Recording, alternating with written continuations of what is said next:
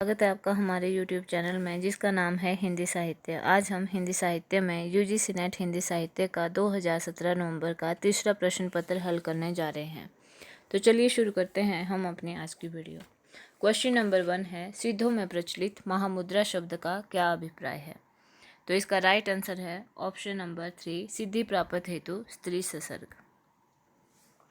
सिद्धों में प्रचलित महामुद्रा शब्द का अभिप्राय है सिद्धि प्राप्त हेतु स्त्री ससर्ग।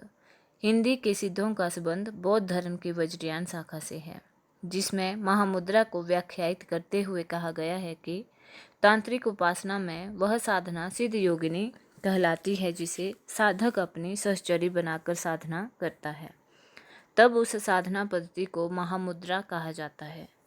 सिद्ध साहित्य के प्रथम कवि, जो हिंदी के भी प्रथम कवि हैं, सरहप्पा ने अपने ग्रंथ दोहाकोश में सिद्धि हेतु 4 मुद्राओं का वर्णन किया है: कर्म मुद्रा, धर्म मुद्रा, ज्ञान मुद्रा और महामुद्रा। नेक्स्ट क्वेश्चन है, जैसी के श्रृंगार में मानसिक पक्ष प्रधान है, शारीरिक गौण है, यह कथन किस आलोचक का है? तो इसका राइट आंसर है ऑप्शन नंबर 1, आचार्य रामचंद्र शुक्ल। निर्गुण भक्ति धारा की शाखा प्रेम मार्गी, जिसे सूफी शाखा भी कहा जाता है, के प्रतिनिधि कवि मलिक मोहम्मद जायसी के श्रृंगारिकता के पक्ष को स्पष्ट करते हुए आचार्य रामचंद्र शुक्ल जी लिखते हैं कि जायसी के श्रृंगार में मानसिक पक्ष प्रधान है, शारीरिक गौण है। नेक्स्ट क्वेश्चन है, इसमें कोई संदेह नहीं कि कबीर को राम नाम रामानंद जी से ही प्राप्त हुआ, पर आगे चलकर कबीर के राम रामानंद के राम से भिन्न हो गए। यह कथन किसका है? तो इसका राइट आंसर है ऑप्शन नंबर 2, आचार्य रामचंद्र शुक्ल। रामानंद कबीरदास के गुरु थे। बच्चन सिंह के अनुसार हिंदी भक्ति काव्य का प्रथम क्रांतिकारी पुरुषकर्ता कबीर है। कबीर की वाणी का संग्रह उनके शिष्य धर्मदास ने बीजक नाम से 1464 ईस्वी में किया, जो रामायणी शब्द और साखी 3 भागों में विभक्त है। हजारी प्रसाद द्विवेदी ने इन्हें वाणी का डिक्टेटर कहा है। रामचंद्र शुक्ल ने इनकी भाषा को सदुकड़ी तथा श्याम सुंदर दास ने पंचमेल खिचड़ी कहा है। कई बार हमसे ऐसे क्वेश्चन पूछा जाता है कि कबीरदास को वाणी का डिक्टेटर किसने कहा है?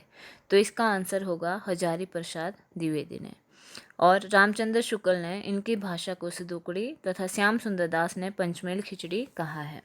नेक्स्ट क्वेश्चन है, विठलनाथ ने बल्लभ संप्रदाय में किस तरह की पूजा पद्धति का समावेश किया है? तो इसका राइट आंसर होगा ऑप्शन नंबर 2, युगलोपासना। स्वामी बल्लभाचार्य के पुत्र गोसाई विठलनाथ ने बल्लभ संप्रदाय में युगलोपासना, जिसका अर्थ है राधा कृष्ण के युगल रूप की उपासना का समावेश किया है। नेक्स्ट क्वेश्चन है, सचिव वैद गुरु तेने जो प्रिय बोल ही भय आस, राज धर्म तन तेने कर हो ही बिगे ही नास। यह दोहा रामचरितमानस के किस कांड में है? तो इसका राइट आंसर होगा ऑप्शन नंबर 3, सुंदरकांड। यह दोहा रामचरितमानस के सुंदरकांड में वर्णित है। रामचरितमानस में कुल 7 कांड हैं। कई बार ऐसे क्वेश्चन पूछा जाता है कि रामचरितमानस में कितने कांड हैं, तो इसका आंसर होगा 7, जो इस प्रकार हैं: बालकांड, अयोध्या कांड, अरण्य कांड, किष्किंधा कांड, सुंदरकांड, लंका कांड और उत्तरकांड। नेक्स्ट क्वेश्चन है, डॉक्टर पीताम्बर दत्त बर्थवाल के अनुसार रामचंद्रिका क्या है? तो इसका राइट आंसर होगा फुटकर कविताओं का संग्रह। डॉक्टर पीताम्बर दत्त बर्थवाल के अनुसार रामचंद्रिका फुटकर कविताओं का संकलन है, जबकि डॉक्टर रामस्वरूप चतुर्वेदी ने रामचंद्रिका को छंदों का अजायब घर कहा है। कई बार क्वेश्चन पूछा जाता है कि रामचंद्रिका को छंदों का अजायब घर किसने कहा है? तो इसका आंसर होगा डॉक्टर रामस्वरूप चतुर्वेदी ने। नेक्स्ट क्वेश्चन है, रीति मुक्त कविता की प्रमुख प्रवृत्ति क्या है? तो इसका राइट आंसर होगा ऑप्शन नंबर 1, स्वानुभूति और स्वच्छंदता। रीति मुक्त कविता की प्रमुख प्रवृत्ति है स्वानुभूति और स्वच्छंदता। रीति मुक्त कविताओं की अन्य प्रवृत्तियां हैं अनुभूति पक्ष प्रधान, स्थूल एवं मासल सौंदर्य की उपेक्षा, शास्त्र परंपरा की उपेक्षा, सहज सरल ब्रज भाषा का प्रयोग। रीति मुक्त काव्य धारा के प्रमुख कवि हैं घनानंद, बोधा, आलम, ठाकुर और द्विजदेव। नेक्स्ट क्वेश्चन है सीख सिकाई न मानती है बर ही बस संग सखिन के आवे। इस सवेया में नायिका की सखी का कौन सा भाव व्यक्त हुआ है? तो इसका राइट आंसर होगा ऑप्शन नंबर 3 उपालंब। उपालंब का मतलब उलाहना होता है। दी गई सवेया सीख सिकाई न डरकावे रीतिकाल के प्रमुख कवि प्रताप शाही कृत व्यंग्यार्थ कौमुदी जो 1882 का है। इस सवेया में नायिका की सखी उपलम्ब का भाव व्यक्त कर रही है। नेक्स्ट क्वेश्चन है घुसती है लाल लाल मशाल अजीब सी अंतराल विवर के तम में लाल लाल कोहरा कोहरे में सामने रखता लोक सनात पुरुष एक रहस्य साक्षात। उपरोक्त काव्य पंक्तियाँ मुक्तिबोध की किस कविता में से हैं? तो इसका राइट आंसर होगा ऑप्शन नंबर 3 अंधेरे में। यह पंक्तियाँ मुक्तिबोध की कविता अंधेरे में से हैं। मुक्तिबोध को लोक जीवन का जासूस कवि कहा जाता है। नेक्स्ट क्वेश्चन है प्रियंवद निम्नलिखित में से किस कविता से संबंधित पात्र है? तो इसका राइट आंसर होगा ऑप्शन नंबर 2 असाध्य वीणा। अगेय द्वारा रचित असाध्य वीणा का पात्र प्रियंवद है। अगेय की अन्य कविताएं हैं कितनी नावों में कितनी बार, आंगन के पार द्वार, इंद्रधनुष रोंदे हुए आदि।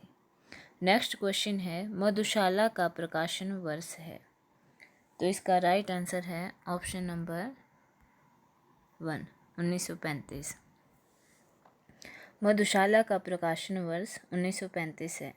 1936 में मधुबाला, 1937 में मधुकलश भी प्रकाशित हुई। इन तीनों ग्रंथों को हालावाद का धर्म ग्रंथ माना जाता है। नेक्स्ट क्वेश्चन है भारतेंदु ने जिस प्रकार हिंदी गद्य की भाषा का परिष्कार किया उसी प्रकार काव्य की ब्रजभाषा का भी। इस पंक्ति के लेखक कौन है? तो इसका राइट आंसर होगा ऑप्शन नंबर 1 आचार्य रामचंद्र शुक्ल। नेक्स्ट क्वेश्चन है खड़ी बोली का प्रथम महाकाव्य कौन सा है? तो इसका राइट आंसर है ऑप्शन नंबर 2 प्रिय प्रवास। प्रिय प्रवास को खड़ी बोली का प्रथम महाकाव्य माना जाता है। इसके रचयिता हरिओंद जी हैं। इसमें कृष्ण कथा वर्णित है। साकेत मैथिली शरण गुप्त की रचना है। कामायनी जयशंकर प्रसाद की तथा लोकायतन सुमित्रानंदन पंत की काव्य रचना है। नेक्स्ट क्वेश्चन है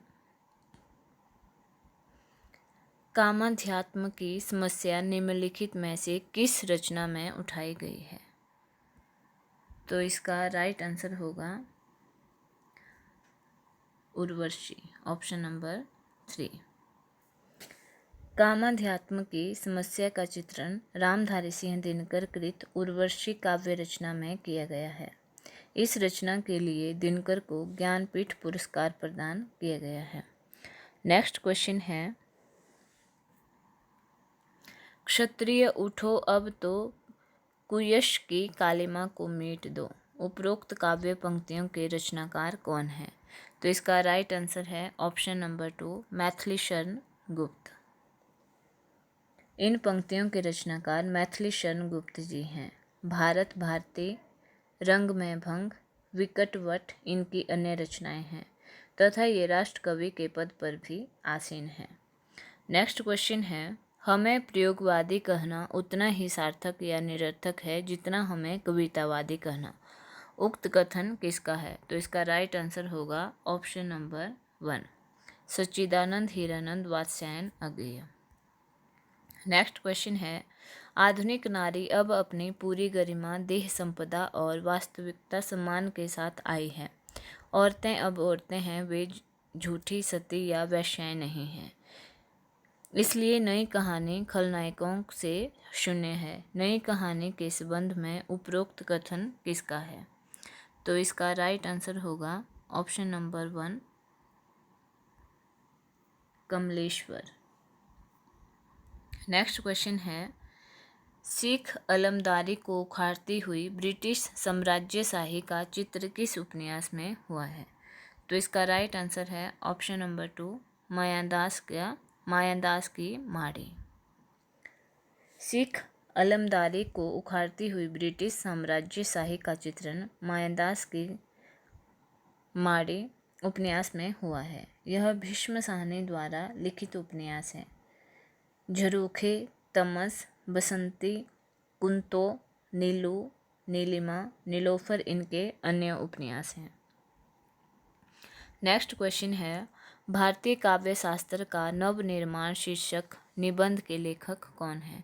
तो इसका राइट आंसर है ऑप्शन नंबर 1, नंद दुलारे वाजपेयी। नेक्स्ट क्वेश्चन है, साहित्यकार की आस्था तथा अन्य निबंध ग्रंथ के रचनाकार कौन है? तो इसका राइट आंसर है ऑप्शन नंबर 4, महादेवी वर्मा। और हमारा आज का लास्ट क्वेश्चन है, निम्नलिखित में से कौन सी रचना जीवनी नहीं है? तो इसका राइट आंसर है ऑप्शन नंबर 3, मेरी पत्नी और भेड़िया। मेरी पत्नी और भेड़िया डॉक्टर धर्मवीर द्वारा रचित आत्मकथा है। यह जीवनी नहीं है। कलम का मजदूर मदन गोपाल द्वारा, कलम का सिपाही अमृत राय द्वारा तथा प्रेमचंद। घर में शिवरानी देवी प्रेमचंद की पत्नी द्वारा लिखित मुंशी प्रेमचंद की जीवनी है। तो दोस्तों, ये थी हमारी आज की वीडियो। अगर आप लोगों को अच्छी लगी हो तो प्लीज़ लाइक, शेयर, कमेंट और सब्सक्राइब करना ना भूलें। धन्यवाद।